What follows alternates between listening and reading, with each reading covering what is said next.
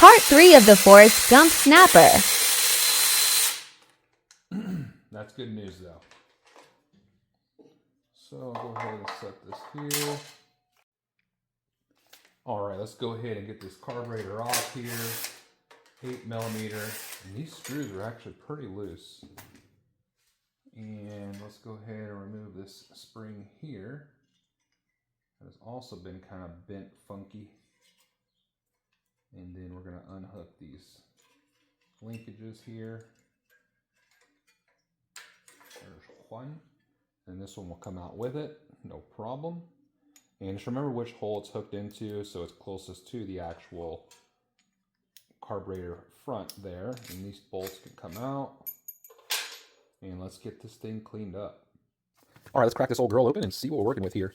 So we're going to remove these two bottom screws here. It does have some gas in it. Maybe that's water. Could be water, but we'll see. And make sure this O-ring, oh, it did break. Yeah, I think it did break, so that's unfortunate. Okay, I don't think it did break, but you can see it's pretty worn, but this is my machine, and you can see that's kind of flat and not so O-ring-ish, but we may be able to work with that. So let's go ahead and remove this piece here. And this all looks pretty dang good, honestly. And there is a main jet in the bottom there. That is not great, but this is supposed to be in here with a little O-ring. So it could need that, honestly, but I may, and this O-ring right here does look kind of bad. It could use a kit, but I'm going to roll with it since this is my machine, but the inside of the carburetor actually looks pretty dang decent. And the gas doesn't look too bad, but there is some corrosion down in there, but that's what's defined when you have a machine this old.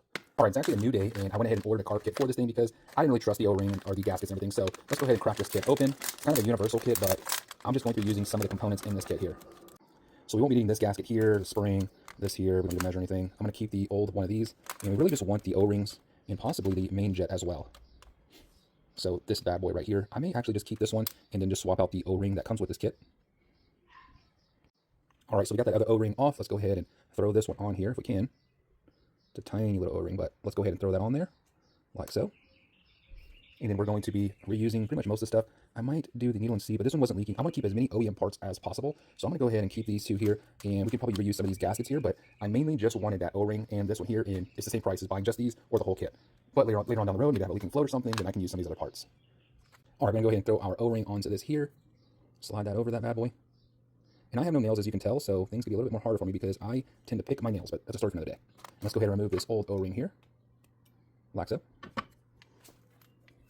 All right, we're going to go ahead and throw this kit into here. Maybe if I can figure out which orientation this goes. This O-ring seems pretty freaking cheap as well. It just seems like the gasket is, or the O-ring is like kind of jagged, as you can see. But we're going to roll with it because we're committed here. And this is on my personal mower, so I'm not too worried about, you know, if it has any issues. I could just take it back apart and give her another rip. Let's not forget our main jet in here. We'll go ahead and throw that on there, like so. And then we're going to line this little nipple here with the female part right there. And let's go ahead and throw this on there. This part is a little bit tricky, and I'm doing this with a camera in my face because I want y'all to have the best, absolute best angle of this thing.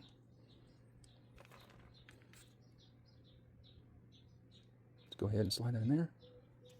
And that might be good. There we go. That looks good. Everything looks okay. This O-ring needs to be sticking out just a little bit all around. As you can see, this top end here is not that far out, but we might be able to let that rip. But it needs to be sticking out the exterior there.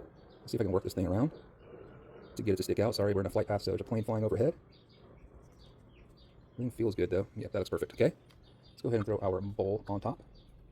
And we're going to tighten her down here. Let's get our two screws.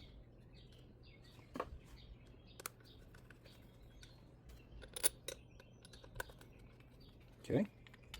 That looks like it's going to rip right there. So we're going to go ahead and get this thing installed.